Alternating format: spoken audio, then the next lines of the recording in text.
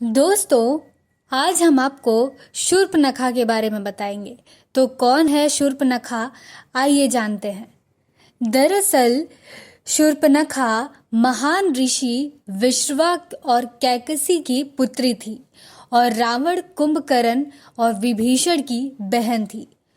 शुरू से ही वह बहुत सुंदर और बड़े बड़े नाखूनों वाली स्त्री थी। बचपन में उसका नाम मीनाक्षी रखा गया था, अर्थात जिसकी आंखें मछली के समान हो। बाद में उसे चंद्रमुखी के नाम से भी जाना जाने लगा, जिसका मुख चंद्रमा के समान हो। शूर्पणखा के नाखून बहुत बड़े और नुकीले हुआ करते थे, इसलिए उसका नाम शूर्पणखा भी पड़ा। आज हम शूर्पणखा के जीवन के बारे में जानेंगे। तो चलिए आपको बता दें, जब शूर्पणखा विवाह योग्य हो गई तब उसका विवाह दैत्य राक्षस कालनेय के पुत्र विद्युतजिह्व के साथ करवा दिया गया। विद्युतजिह्व भी रावण के समान परम प्रतापी था और दैत्यों जाति का राजकुमार था। उसके अंदर भी रावण के समान संपूर्ण पृथ्वी पर शासन करने और राजा बनने की चाह थी। वहीं रावण लंका का राजा था और अत्यंत बलवान था। उसने अपने पराक्रम के बल पर अनेक राज्यों को अपने अधीन कर लिया था। वह संपूर्ण पृथ्वी, देवलोक और पाताल लोक को अपने अधीन करना चाहता था। इसलिए उसने अपने जीवन काल में बहुत युद्ध किए और एक दिन उसका सामना दैत्य राजा कालनेय से भी हुआ। उनकी सेना में उनका पुत्र विद्युतजिह्व भी था। रावण ने यह जानते हुए भी कि वह उसकी बहन का पति है, उसने उसका वध कर दिया।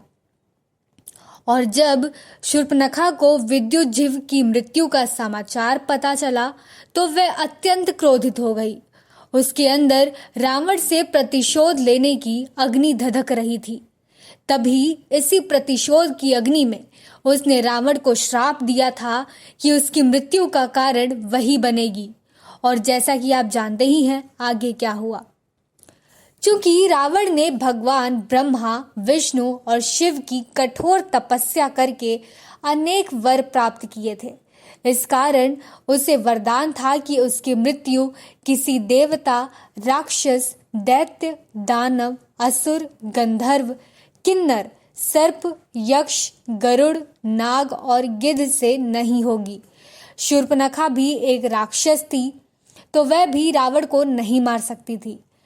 अब वह रावण से अलग अपने भाई खर और दूषण के साथ रहने लगी थी, जो समुद्र के उस पार दंडकारण्य वन में रहते थे।